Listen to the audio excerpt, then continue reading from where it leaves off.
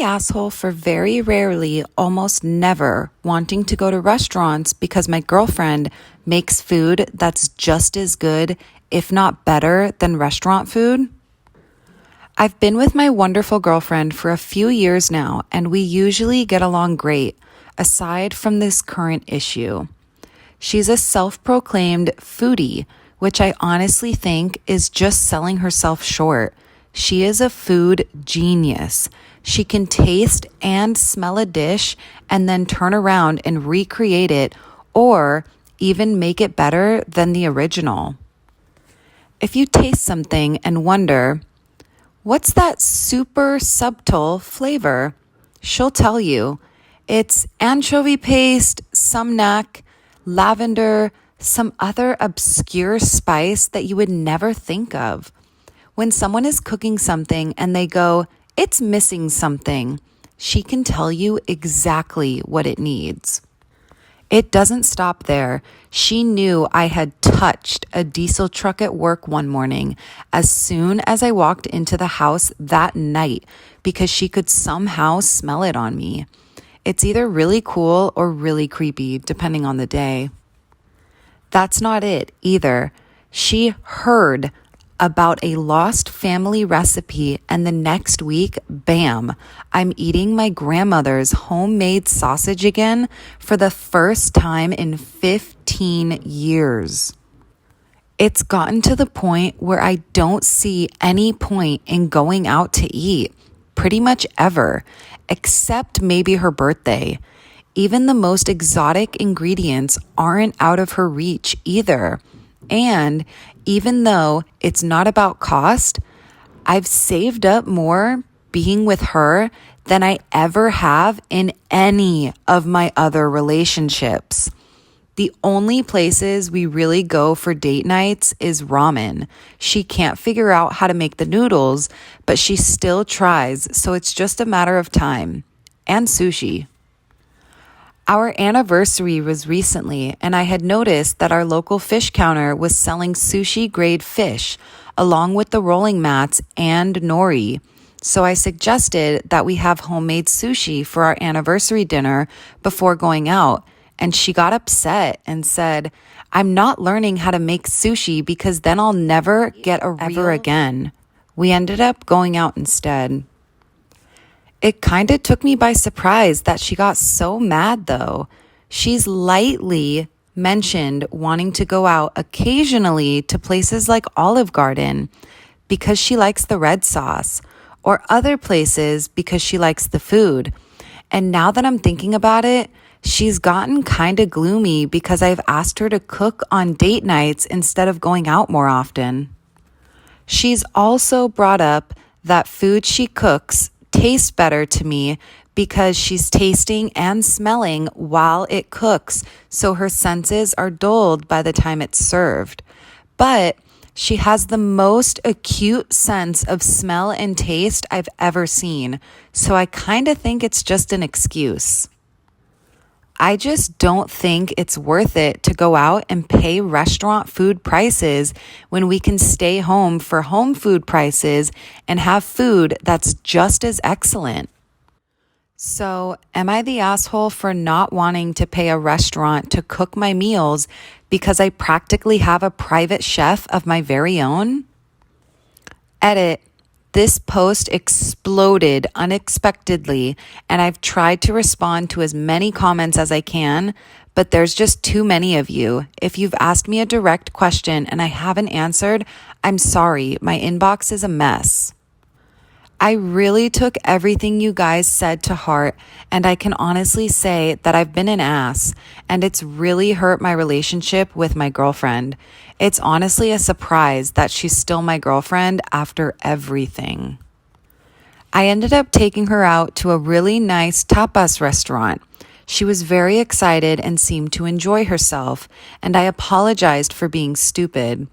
After, we took a walk and everything seemed perfect, so I asked her to marry me. She said no. She did it kindly, but she still said no.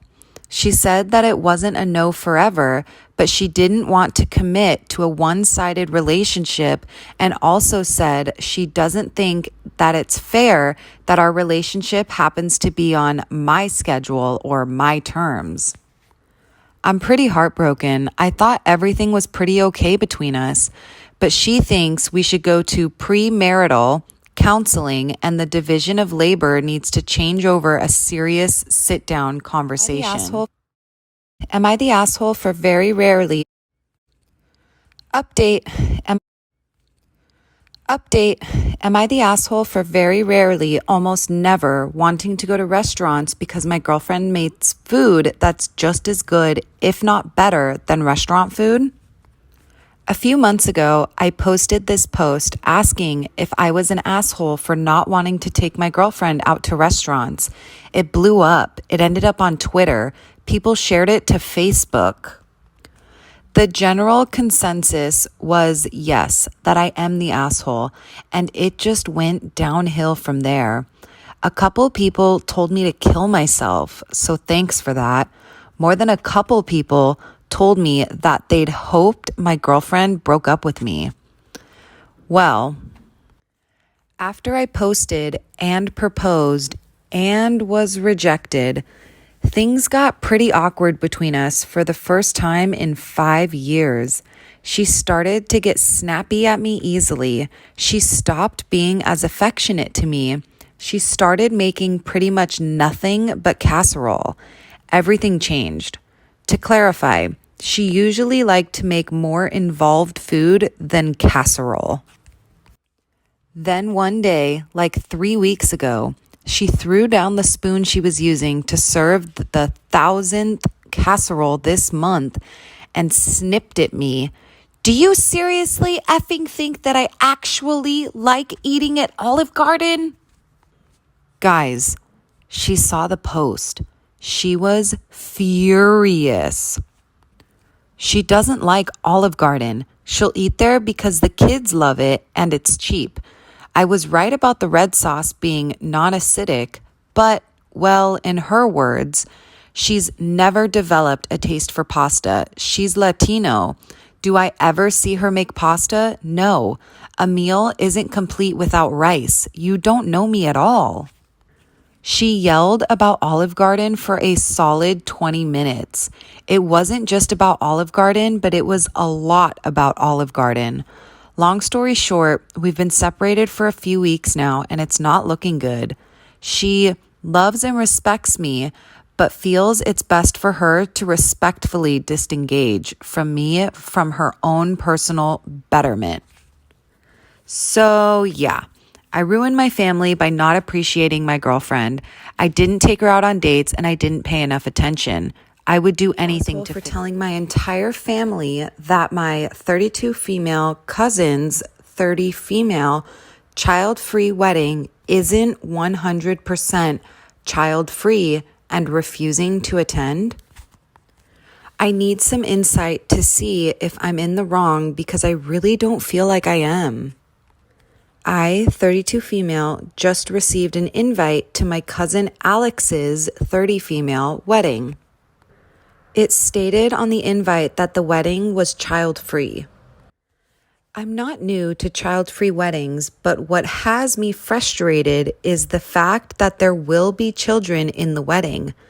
Alex plans on having her and her future husband, 33 male, nieces and nephews at their wedding. I overheard her asking her sister if her niece could be the flower girl at a family get-together. This confused me because child-free means no children. So I called Alex and I asked.